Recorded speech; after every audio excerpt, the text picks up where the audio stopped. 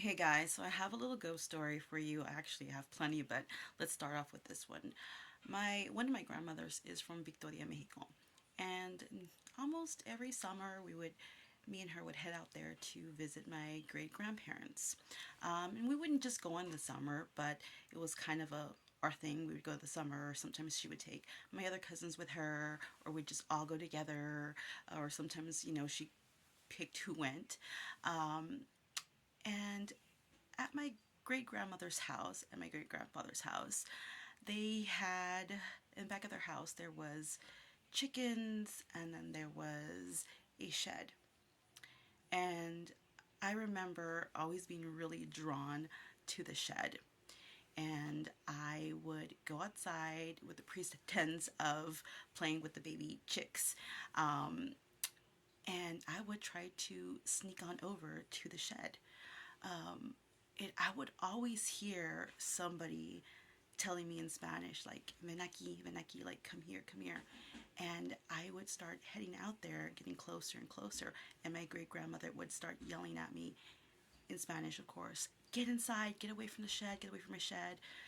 Yelling at my grandmother, her daughter, La niña está allá in the shed, you know. So my grandmother would get upset with me. You can't be there. You can't be there. Your grandpa finds out, he's gonna get really upset. And I never understood why. Mind you, it had a big lock on it with a chain. So I was like, well, even if I wanted to get inside, I can't. There's a chain.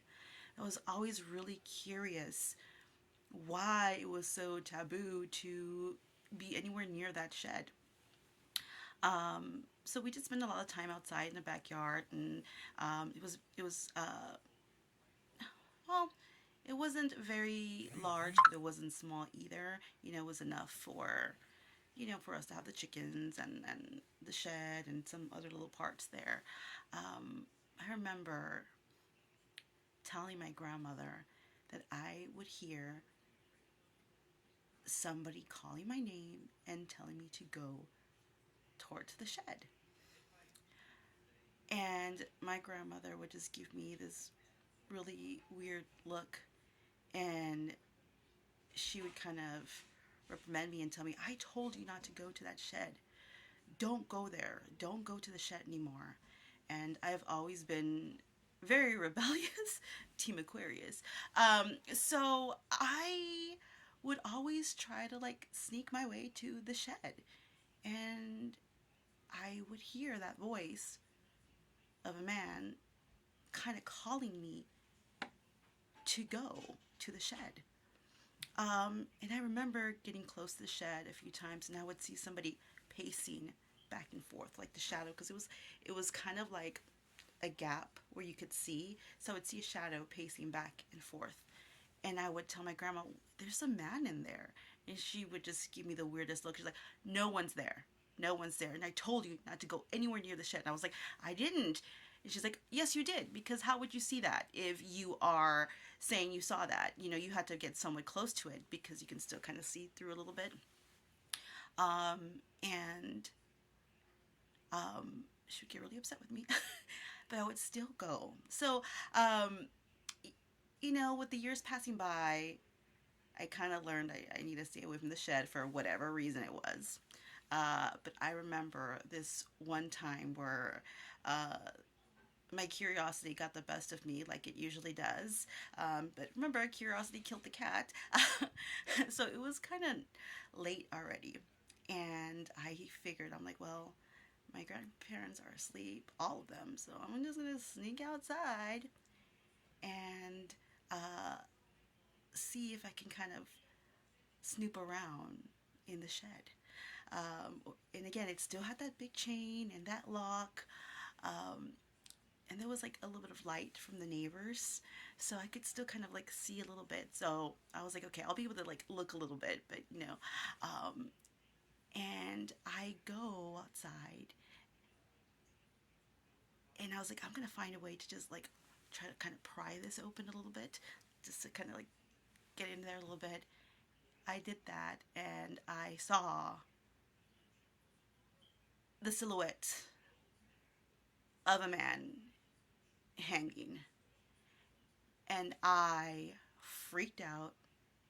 I yelled bloody murder, basically.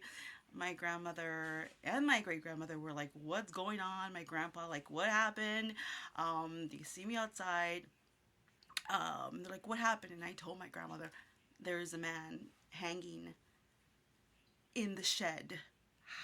Like, oh my God, I was terrified. I was like, "There's somebody hanging in the shed."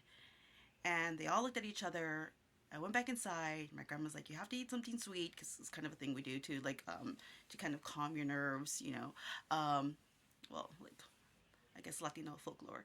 Um, and my grandmother told me, "I've been telling you not to go to the shed." Well,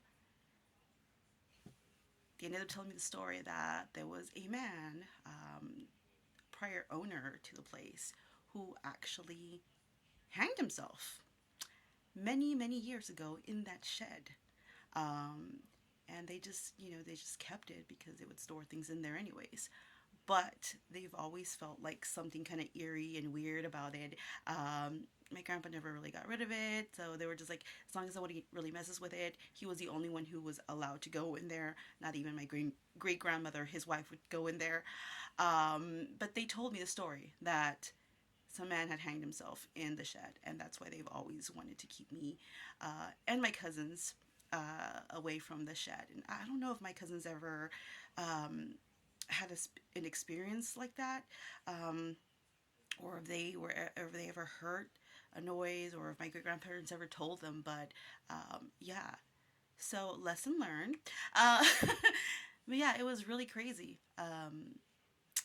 So yeah, apparently that man hanged himself, and that was the silhouette and the voices and that I used to hear, and my name being whispered by that man. So I have plenty more stories to tell you guys, not only happened on my investigations, but in my personal life, and when my travels in Mexico, when I would be there with my grandparents, all of them. And let me know if you want to hear more. Stay spooky.